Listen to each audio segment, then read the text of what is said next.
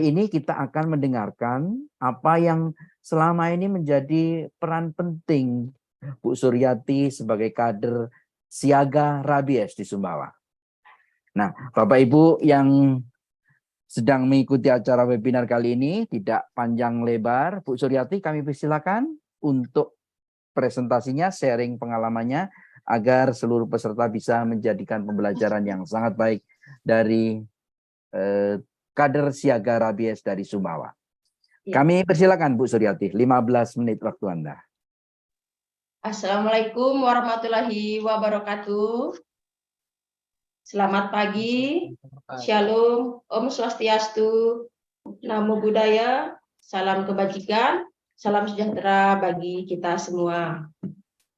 Perkenalkan, saya Suryati dari kader siaga rabies Kelurahan Lempe, Kecamatan Sumbawa, Kabupaten Sumbawa, Provinsi Nusa Tenggara Barat.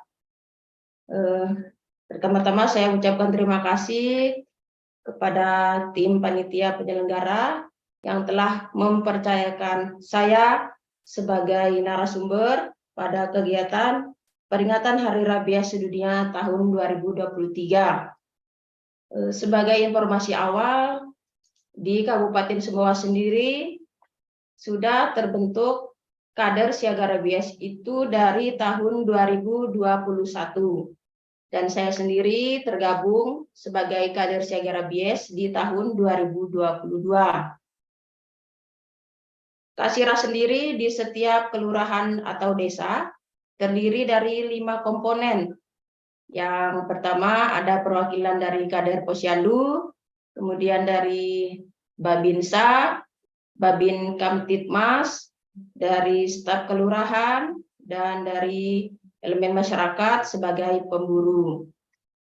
Karena kami terdiri dari latar belakang yang berbeda, maka setiap kader melakukan tugas dan perannya sesuai dengan latar belakang masing-masing kader.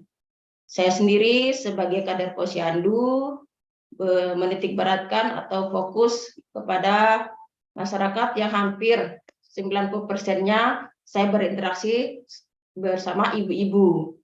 Jadi saya membidik kegiatan-kegiatan yang bersifat massal untuk melakukan tugas saya, salah satunya melakukan edukasi atau KIE. Adapun contoh kegiatan saya di lokasi kegiatan seperti saat pelayanan Posyandu, kegiatan kelompok arisan, kelompok pengajian, kelompok dasawisma, dan kelompok senam. Saya juga melakukan edukasi melalui media sosial, contoh lewat Facebook, ada lewat grup WA. Di sana saya menemukan banyak perubahan atau banyak respon, baik dari komentar di Facebook maupun tanggapan dari di grup WA. Contohnya, misalnya ada setelah saya nge-share di grup WA itu, ada saja laporan dari masyarakat bahwa Ibu Sur di kampung saya ada yang mempunyai anjing. Tolong bisa dipastikan apakah di sana ada sudah divaksin apa belum. Nah, di sini kami setelah menerima laporan langsung berkoordinasi dengan pihak dokter hewan. Jika memang belum divaksin, jika sudah punya kesadaran sendiri, masyarakatnya akan langsung divaksin. Jika masih ada kesulitan misalnya penolakan, maka kami akan melakukan KIE. Sejauh ini berbagai halangan dari penolakan-penolakan tersebut, ketika sudah kita memberikan edukasi, mereka akhirnya sadar dan mau memvaksin hewannya. Selain di dalam edukasi itu sendiri, Pak, kita juga melakukan penjelasan mengenai apa-apa saja bahaya dari penyakit rabies, kemudian ciri-ciri anjing rabies itu seperti apa. Barangkali ini tidak jauh berbeda tugas dan perannya yang telah dilakukan di tim Tisira di Buleleng ya, seperti penanganan terhadap kasus gigitan seperti itu. Harus menjelaskan kembali meskipun sama Pak ya kegiatannya barangkali di Buleleng. Kemudian kami juga memberikan penjelasan bagaimana apa-apa saja pencegahan yang harus dilakukan agar penyebaran penyakit rabies ini bisa berkurang. Contohnya dengan kita menghindari gigitan anjing. Bagaimana caranya? Dengan cara tidak kita mengganggu jika kita bertemu dengan anjing maupun baik per orang sendiri-sendiri maupun berkelompok. Kemudian kami juga menyarankan untuk tidak boleh meliarkan anjing-anjingnya. Kemudian kalaupun dikandangkan harus kandangnya yang nyaman dan bersih. Kemudian kami juga harus mengingatkan dan menyarankan harus memvaksin hewan-hewan peliharaannya. Kemudian kami tim Kasira juga jika terdapat kasus gigitan dan kami mendapat laporan, jika memang itu terdekat dengan wilayah kami akan melakukan terjun langsung dan melakukan tindakan awal kasus gigitan tersebut. Tetapi jika kami mendapatkan laporan dari wilayah lain, kami akan melaporkan atau koordinasi dengan tim Kasira yang ada di wilayah tersebut untuk ditindaklanjuti.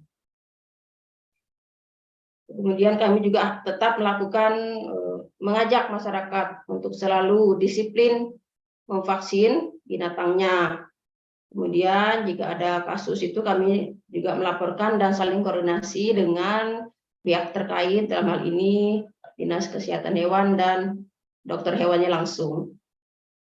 Sebagai salah satu contoh kasus bisa kami sampaikan di sini, ada warga kami yang mungkin sebelumnya ini tidak mendapatkan pemahaman betapa bahayanya penyakit rabies.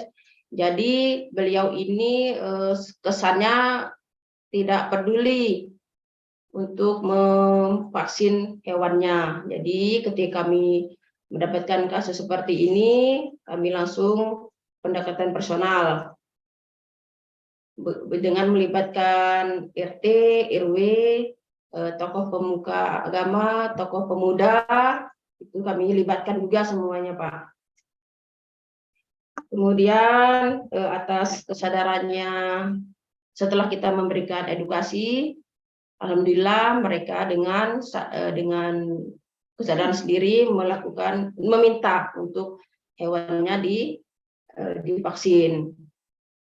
Kemudian berangkat dari pengalaman-pengalaman yang sudah kita lakukan, di sini kami bisa menarik kesimpulan bahwa ada perbedaan dari sebelum dibentuknya Kasira dengan ketika sudah dibentuknya Kasira. Salah satunya kesadaran masyarakat untuk memvaksin hewannya itu semakin meningkat dengan bukti bahwa kami sering menerima telepon atau permintaan atau laporan untuk meminta hewan-hewan di sekitar lingkungan mereka ini untuk divaksin. Sebelum-sebelumnya tidak pernah terjadi hal seperti ini. Dan catatan di dokter hewan pun hewan-hewan baru yang divaksin pertama kali itu juga meningkat. Di sini kami bisa menyebutkan bahwa ada pengaruh dari terbentuknya Kasira dalam peningkatan kesadaran masyarakat.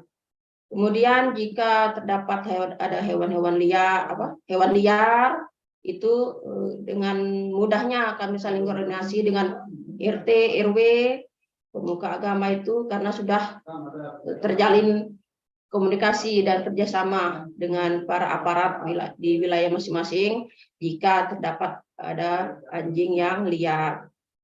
Kemudian hewan-hewan penular rabies itu yang menggigit itu dengan mudahnya bisa dilacak keberadaannya karena itu tadi sudah terjalin kerjasama yang kuat di antara kader dan aparat wilayah desa atau kelurahan. Kemudian dengan seringnya kami memberikan edukasi, sikap tanggapnya dari ke korban, langsung membawa korban itu ke fasilitas kesehatan.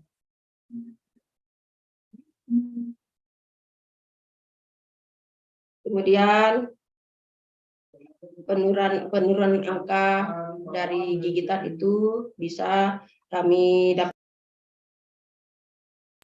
adanya penurunan dari angka kejadian gigitan. Dari yang sebelumnya itu 774 kasus gigitan se-Kabupaten Sumbawa menjadi 210. Di situ bisa kami catat dan garis bawahi bahwa memang kader